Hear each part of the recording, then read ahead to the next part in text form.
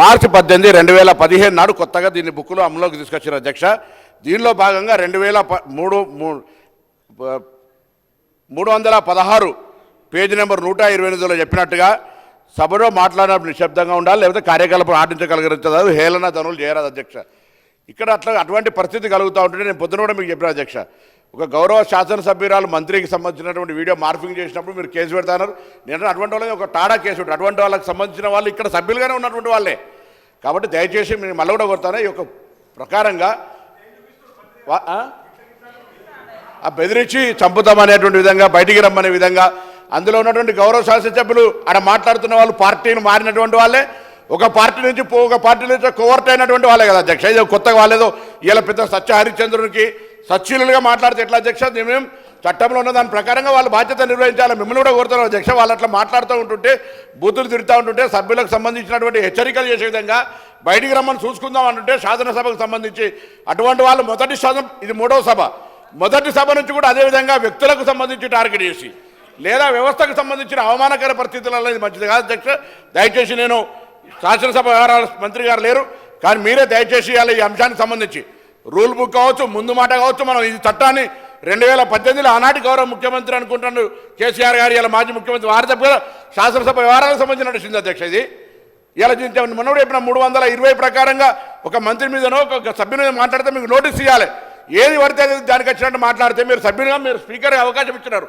అధికారం మిమ్మల్ని ప్రశ్నించాలి, కానీ సభ్యులతో నేరుగా ఘర్షణ పడే విధానాన్ని ఏదైతే అవలంబిస్తానో ఇది మంచిది కాదని తమరి దృష్టికి తీసుకొని వస్తాను అధ్యక్ష.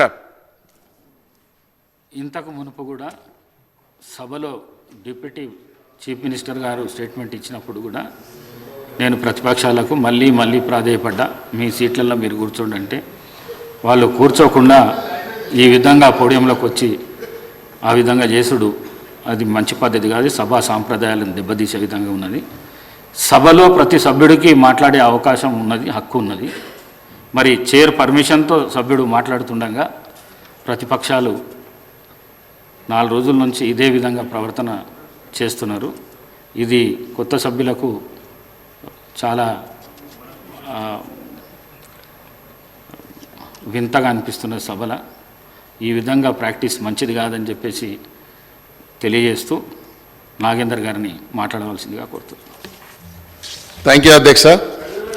హైదరాబాద్కు సంబంధించి అధ్యక్ష, నేను అందుకే చెప్పడం జరిగింది, ఈ హైదరాబాదు రేపు డీలిమిటేషన్ ప్రక్రియ ప్రారంభం అవుతున్నటువంటి తరుణంలో ఈ హైదరాబాద్ సిటీ రాబోయేటువంటి రోజుల్లో ఒక డిసైడింగ్ ఫ్యాక్టర్ కాబోతున్నది సందర్భంలో హైదరాబాద్ ఒక ఫాస్టెస్ట్ గ్రోయింగ్ అర్బనింగ్ సిటీ కాబట్టి హైదరాబాద్లో ఇంకా చాలా మౌలిక సదుపాయాలు కల్పించాలన్నటువంటి ఆలోచనతోని ముఖ్యమంత్రి గారు ఒక మంచి ఆలోచనతోని ఒక ప్రణాళికబద్ధంగా ఈరోజు హైడ్రా అనేటువంటి ఒక సంస్థను తీసుకొచ్చి గతంలో జరిగినటువంటి విపత్తులను దృష్టిలో ఉంచుకొని ఆ విపత్తుల నుంచి అధిగమించడానికి ఒక సంస్థని నూతనంగా ఏర్పాటు చేసి ఆ సంస్థ యొక్క పరిధిని హైదరాబాద్ నుండి చూసినట్టయితే 27 మున్సిపాలిటీస్ కానీ 33 పంచాయతీలు కానీ అదేవిధంగా సుమారు 2000 కిలోమీటర్ల పరిధిలో ఓఆర్ఆర్ పరిధి వరకు కూడా అటువంటి విపత్తులు కానీ ఇది హైదరాబాద్కు సంబంధించినటువంటి గతంలో కేటీఆర్ గారు ఎస్ఎన్డిపి ఊసుకోపోయి మా బయట కూడా తిరగని కొడుకా మేములని ఏమనుకుంటున్నారా మీరు? ఈ అమ్మ తోలు